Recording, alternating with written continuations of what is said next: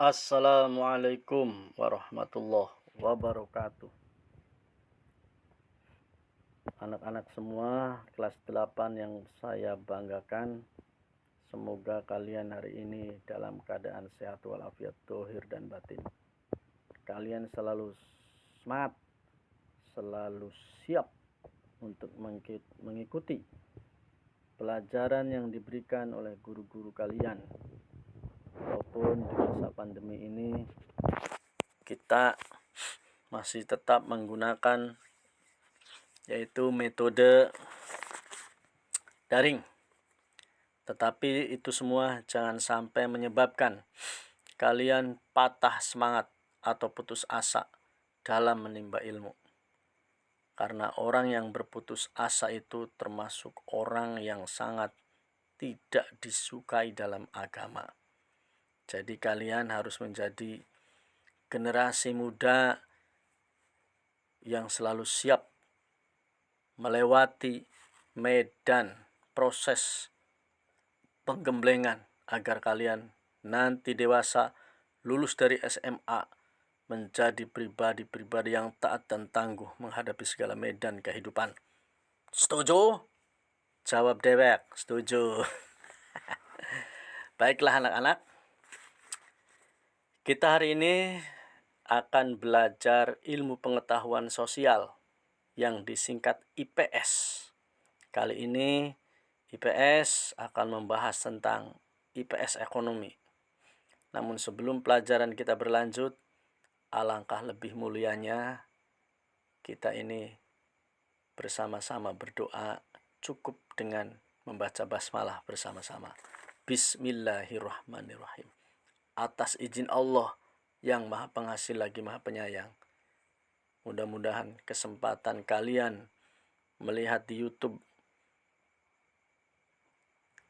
Pak Warnadi mengajar ini, kalian mendapatkan pemahaman yang lebih baik. Terima kasih. Baik anak-anak semua, kita langsung saja masuk kepada materi. Coba kalian lihat di materi ini halaman 106. Halaman 106 ini, maksud Bapak, halaman 166 yang subjudul C, penguatan ekonomi maritim dan agrikultur di Indonesia.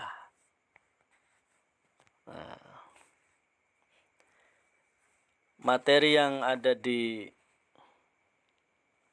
buku elektronik ini sudah Bapak rangkum sampai batas halaman 169 ya. Nih, sampai ini nanti tugasnya kalian kerjakan. Kita bahas dulu dari ini yang bagian C. Bapak bacakan saja materinya ya. Penguatan ekonomi maritim dan agrikultur di Indonesia.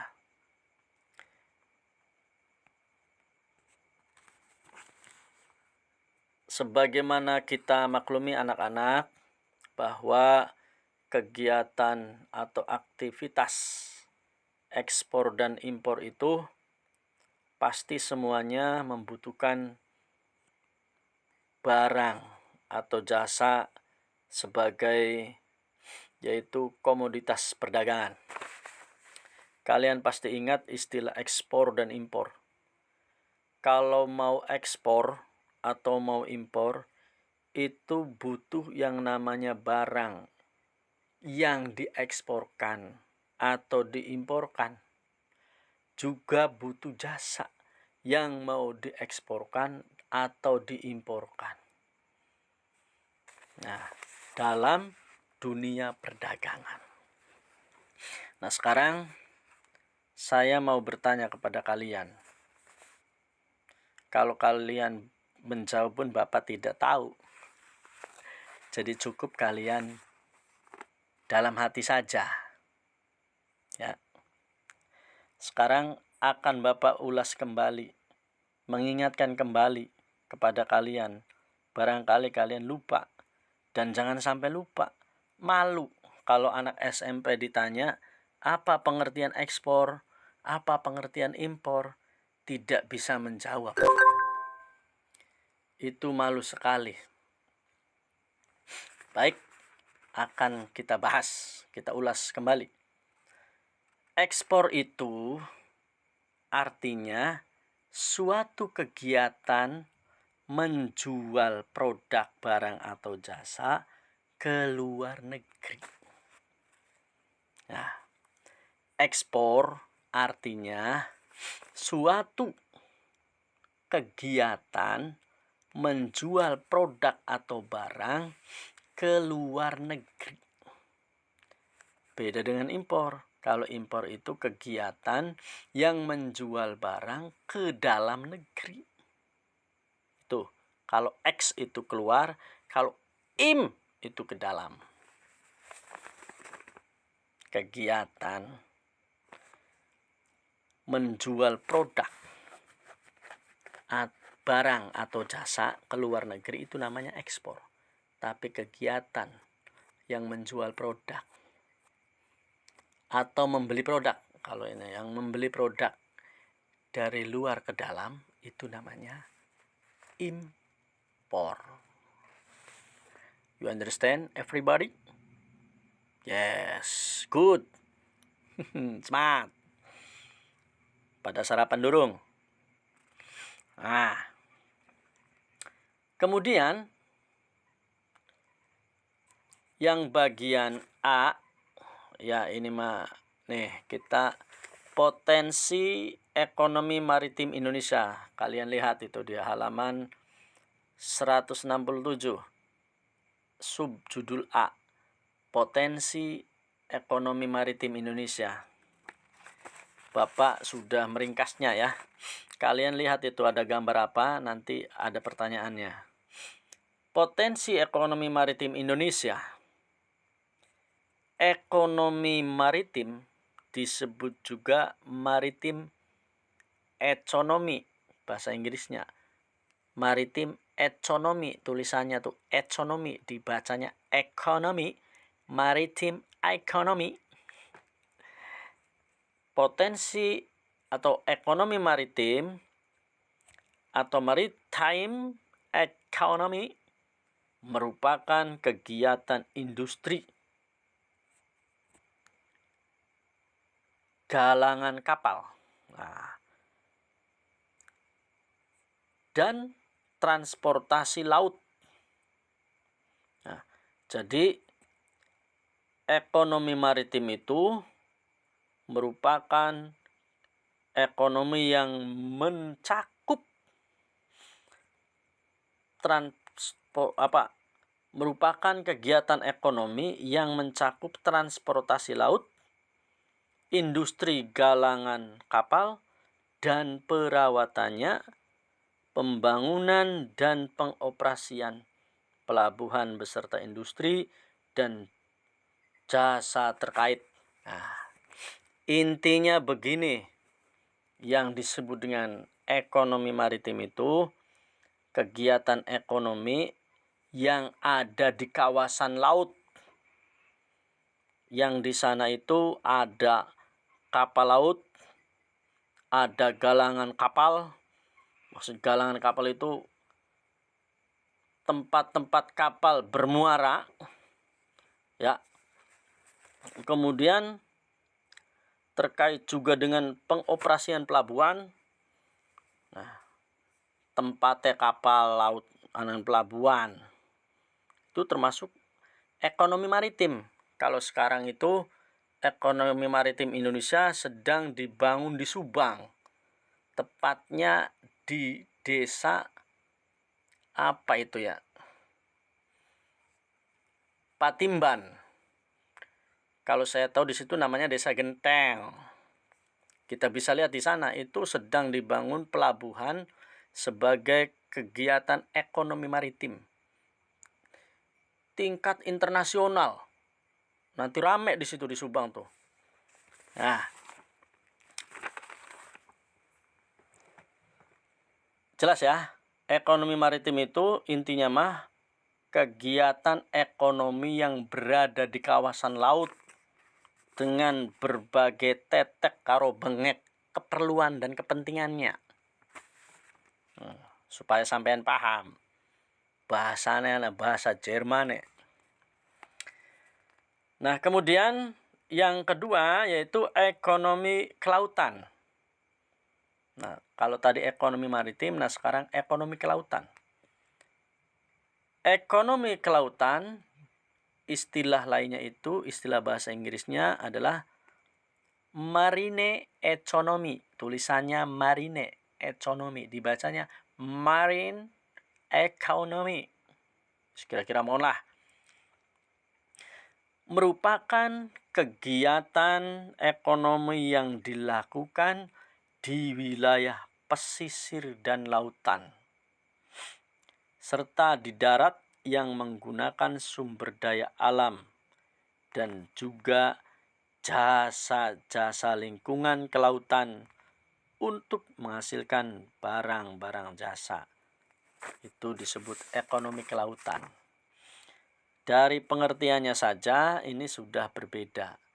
Kalau ekonomi maritim yaitu ekonomi maritim itu kegiatan ekonomi di kawasan lautan, artinya luas pengertiannya tuh ya. Nah, kalau ekonomi kelautan itu kegiatan ekonomi di pesisirnya, di pesisir pantai laut. Nah, di situ yang menggunakan sumber daya alam. Contohnya ya, kekayaan Indonesia di bidang ekonomi maritim. Ini jelaskan lagi supaya lebih jelas. Sekarang kita bahas yaitu tentang contoh ekonomi maritim. Kekayaan Indonesia di bidang ekonomi maritim dalam bentuk pengembangan rumput laut. Nah, itu tadi tuh kawasan laut. Nah, rumput laut, budidaya rumput laut termasuk ekonomi maritim. Nah, dalam hal ini rumput laut ini merupakan kekayaan sekaligus keindahan bawah laut untuk menarik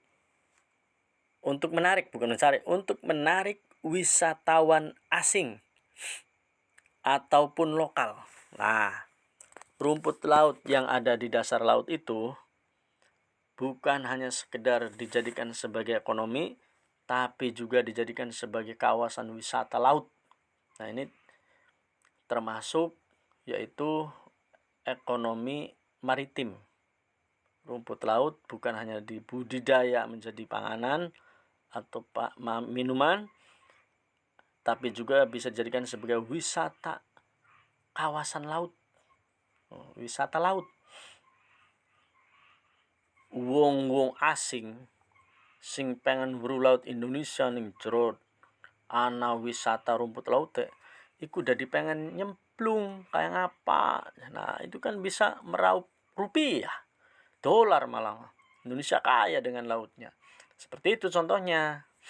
Itu rumput laut bukannya dijadikan sebagai budidaya, tetapi juga sebagai yaitu kawasan wisata laut.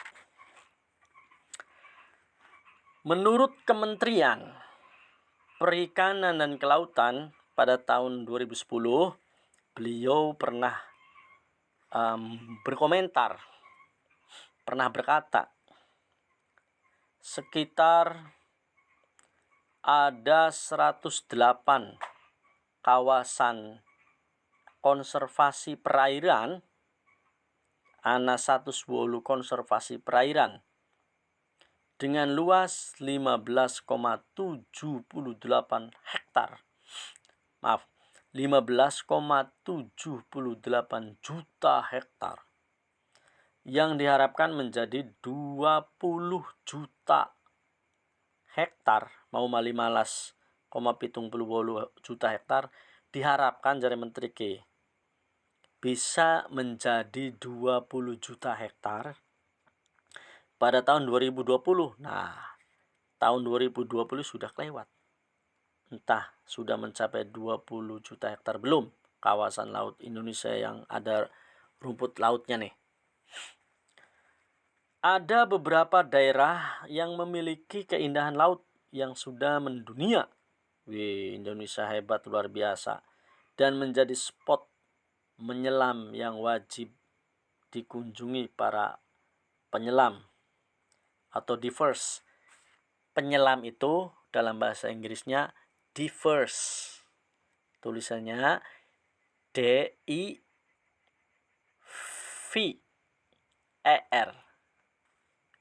tambah S, divers. Bak bisa maca, wis lah. Nah, tempat-tempat tersebut diantaranya ada di Bunaken. Bunaken itu di Sulawesi Utara. Kemudian ada lagi Raja Ampat, ada di Papua Barat. Kemudian ada lagi di Labuan Bajo. Dan ada lagi di Wakatobi. Ini sumber berdasarkan www.kemenkeu.go.id. Saya ulangi, sumbernya ada di www.kemenkeu.go.id. Nah, itu saja materi tentang penguatan ekonomi di Indonesia, yaitu ekonomi maritim dan ekonomi kelautan.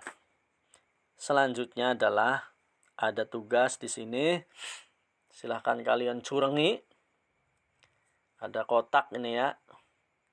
Tugas yang pertama, nomor 1 pertanyaannya, kegiatan apa yang dilakukan oleh orang pada kedua gambar tersebut?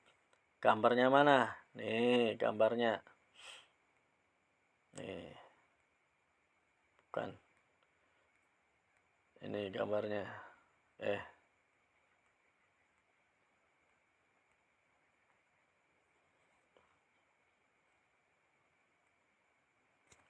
Bukan. Ini gambarnya.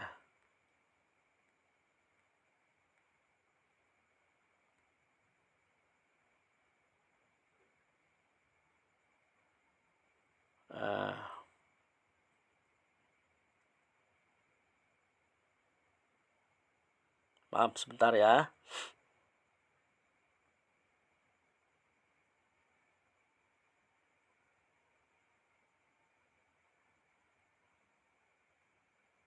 Ternyata saya tidak mendapatkan gambarnya. Sebentar. Nih. Ini gambarnya. Nah, ini pertanyaannya. Nomor 1, kegiatan apa yang dilakukan oleh orang-orang pada kedua gambar tersebut? Maksudnya gambar ini. Gambar di atas sama di gambar di bawah ini, orang-orang ini lagi melakukan aktivitas apa atau kegiatan apa? Kemudian pertanyaan yang kedua, menurut kalian apakah kegiatan mereka termasuk dalam kegiatan ekonomi maritim? Berilah penjelasan berikut alasannya. Silakan kalian jawab. Nah, pertanyaan yang ketiga, setelah kalian menjawab pertanyaan nomor 2, kalian diskusikan dengan teman apa yang dimaksud dengan ekonomi maritim dan identifikasi beberapa contoh aktivitas yang tergolong dengan ekonomi maritim. Sudah Bapak jelaskan tadi. Jadi silahkan kalian buat tugas seperti kolom ini, tapi individu, jangan diskusi lagi atau kelompok. Nah, kemudian tugas yang berikutnya di halaman 169 ada 1, 2, 3, 4, 5 kolom. Kolom yang pertama nomor 1, nomor 1, jenis kegiatannya itu nelayan mencari ikan di laut. Nah, ini termasuk ekonomi maritim atau ekonomi kelautan. Nah, kalau misalkan ini termasuk ekonomi nelayan mencari ikan di laut, kalau ini termasuk ekonomi kelautan, kalian berikan alasannya di sebelahnya tuh. Ada kolom alasan. Karena nelayan merupakan kegiatan ekonomi yang dilakukan di wilayah pesisir dan lautan. Berarti ini bukan lautan, ini termasuk ekonomi kelautan. Oh iya benar, ekonomi kelautan. Alasannya itu sudah situ. Kemudian pertanyaan kedua, usaha pengawetan ikan di pantai termasuk ekonomi maritim atau ekonomi kelautan? Kalau kalian menjawab ekonomi maritim atau ekonomi kelautan, silakan ulas alasannya apa. Kemudian berikutnya sampai nomor 5. Silahkan saya tunggu tugasnya. Ya, kalau kalian masih kurang jelas dengan penjelasan dari saya, silahkan kalian replay ulang materi yang saya sampaikan ini. Terima kasih anak-anak, tetap semangat, bravo, jangan putus asa, harus menjadi anak yang taat dan tangguh. Untuk menjadi orang yang sukses, harus berproses. Terima kasih, semoga bermanfaat. Wassalamualaikum warahmatullahi wabarakatuh.